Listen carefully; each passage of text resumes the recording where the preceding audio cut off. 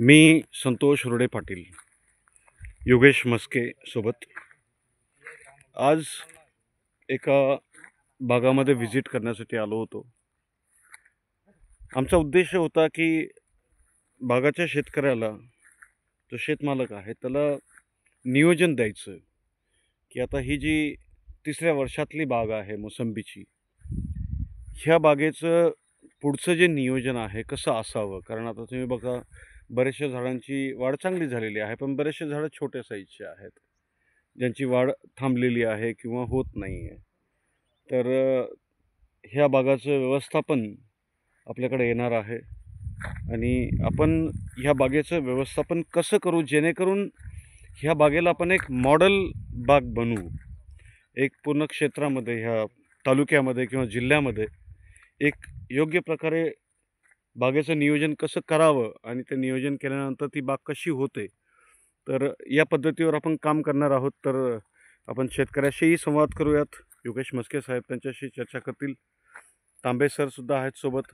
तांबे सरांचंही मोसंबीचं बाग नियोजन आपल्याकडं आहे.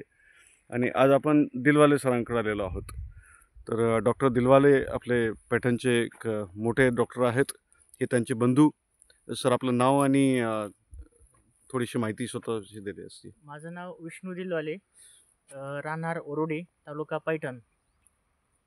गावाच्या थोडं अंतरावर शेत आहे. जमीन वगैरे थोडी लाल वगैरे आहे. सरांना विचारलं, बगीच्यामध्ये छोट्या झाडाला पण फळ लागतंय सध्याला, पण ठेवा का नाही ठेवावं याच्याविषयी चर्चा करण्यासाठी आली. आता आलं तर तुम्ही बघू शकता, एक छोटं झाड आहे.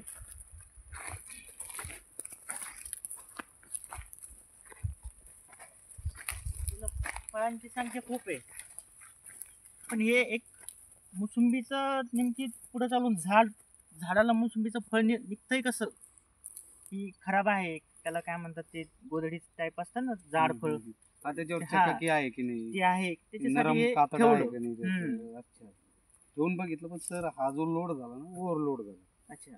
आता आपण 50 किलो उचलतोय आणि 100 किलो जर दिलं हा, तर ते नाही पेलू शकत आपण. हो. तसं तर आपण तुम्हाला जरी बघायचं असलं ना तसं, तर ह्या झाडाची कॅपॅसिटी नाही ती. हा, हे थोडं जास्त झालं. तुम्ही एक 5-10 फळापर्यंत सांभाळू शकता, बाकीची तोडून टाका.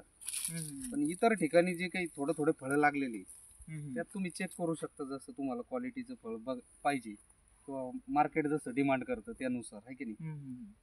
आणि दुसरा विषय असा आहे सर, आता ही झाडं किती वर्षात आहे? हे दुसरं वर्ष चालू आहे. आता दुसरं वर्ष संपलं याला. आता याला आपल्याला डेव्हलप करायचं, तर पुढच्या एका वर्षात सर ही झाडं आपण धरायच्या कंडिशनमध्ये आणू शकतो. अच्छा, म्हणजे याला 3रं वर्ष चालू झालं ना आता. एक वर्ष आपल्याला पूर्ण द्यायचे, 4थ्या वर्षात आपण याला थोडा थोडा माल काढू शकतो. याच्यावरती आपण झाडंही डेव्हलप करू आणि 4थ्या वर्षी त्याला सवय पण लावू थोडा थोड्या मालाची, जास्त नाही. एक 4-5 किलोपर्यंत आपण एका झाडावर माल घेऊ शकतो. आपली क्वांटिटी मला वाटतं 1500 झाडं आहे की नाही. 1,500 झाडं आहे. तर आपण ती करू शकतो. त्यात तुम्हाला काय होईल, आपण जे आता काही ट्रीटमेंट करणार आहे त्याच्यामध्ये तुम्हाला झाडाचं जे प्लांटेशन पाहिजे, झाडाचा जो घेरा पाहिजे तो मिळून जाईल, झाडाची फळफांदी वाढून जाईल, झाडाचं खोड मजबूत होईल आणि झाडाला गर्भधारणा करण्याची जी सवय आहे ती पण लागून जाईल. आणि त्या पद्धतीतच आपण त्याच्यासोबत नियोजन करू, जेणेकरून पुढच्या वर्षी थोडा माल घेतला तर 5व्या वर्षी आपण चांगला माल घेऊ. आपली जमीन पण चांगली आहे फळबागेत, अशाच जमिनीची निवड पाहिजे. चांगली जमीन आहे, काही अडचण नाही, आणि भरपूरशा ठिकाणी तुमचे झाडं चांगली आहे. आता काही ठिकाणी आपलं काही नियोजन चुकीचं होतं त्याच्यामुळे झाल्या त्या गोष्टी, पण आता इथून पुढं नाही होणार. आणि आपण तसं डेव्हलप करण्याचा प्रयत्न करू. त्याच्यामध्ये तुमची पण साथ पाहिजे आम्हाला, कारण वेळोवेळी तुम्ही येणं, जे काही तुमचं मॅनेजमेंट आहे इथं ते फार गरजेचं आहे. कारण आम्ही जे सांगतो ते वेळेत झालं तरच तुम्हाला त्याचे आउटपुट दिसतील. बरोबर आहे, नाही तर मग दिसणार नाही सर ते. आता ही बाग जसं 3ऱ्या वर्षामध्ये गेलेली आहे, तर पुढं आंतरपिकाचं पण नियोजन आपल्याला खूप विचार करून करावं लागेल की कोणत्या प्रकारचे आंतरपिकं घ्यायचे किंवा घ्यायचेच नाहीत. हे सगळ्या गोष्टींचं आपण आपल्याला घेता येईल बरं का सर 4थ्या वर्षापर्यंत, पण मग छोटे आंतरपीक, झाडांच्या साईज पेक्षा छोटाले आणि जास्त दिवसाचे नको बागेत. बरोबर आहे का. एक 2-3 महिन्यात, 3-3.5 महिन्यात निघून जाणार आहे. आता कांद्यासारखं पीक घेता आलं असतं तुम्हाला, आता तुम्ही पेरलंय पण ते काही जमलं नाही ते असं. तर नियोजन होऊन जाईल, करा नियोजन. आम्ही तुम्हाला तुमच्या सोबतच आहे, कधी फोन करा आम्ही येतो. तुम्ही फक्त फक्त नियोजनात कमी पडवणार नियोजन- हेच सांगायचं आपल्याला तुम्ही व्हिडिओ तुम्ही मधून. सांगायचं आम्ही करायचं. चला, ठीक. आबा भाऊ हेच काम करणार आहे तिथं. तुम्ही पण थोडस लक्षात घ्या आणि वेळोवेळी कामं करा, तेव्हाच होणार आहे या सगळ्या गोष्टी. आम्ही येऊ सांगून जाऊ हे करायचं ते करायचं, पण तुम्ही जर पाठीमागे नाही केलं तर त्याचे आउटपुट पुढच्या 8 दिवसात 15 दिवसात नेक्स्ट व्हिजिट मध्ये दिसणार नाही. हे लक्षात घ्या तुम्ही. कारण ह्या प्रक्रियेमध्ये 3 महत्त्वाचे स्तंभ असतात. एक तर जे सांगणार, तुम्हाला मार्गदर्शन करणार काय करायचंय, दुसरे जे निर्णय घेणार आणि तिसरे जे शेतामध्ये करून दाखवणार. तर हे तिघांचं सगळे- कोऑर्डिनेशन खूप या महत्त्वाचं असतं. दोघांपेक्षा तुम्ही महत्वाचे, कारण आम्ही तुम्हाला सगळं उपलब्ध करून देऊ, हो. पण तुम्ही जर प्रॉपर टायमिंग मध्ये केलं नाही तर त्याचे दुष्परिणाम यांना भोगावे लागतील.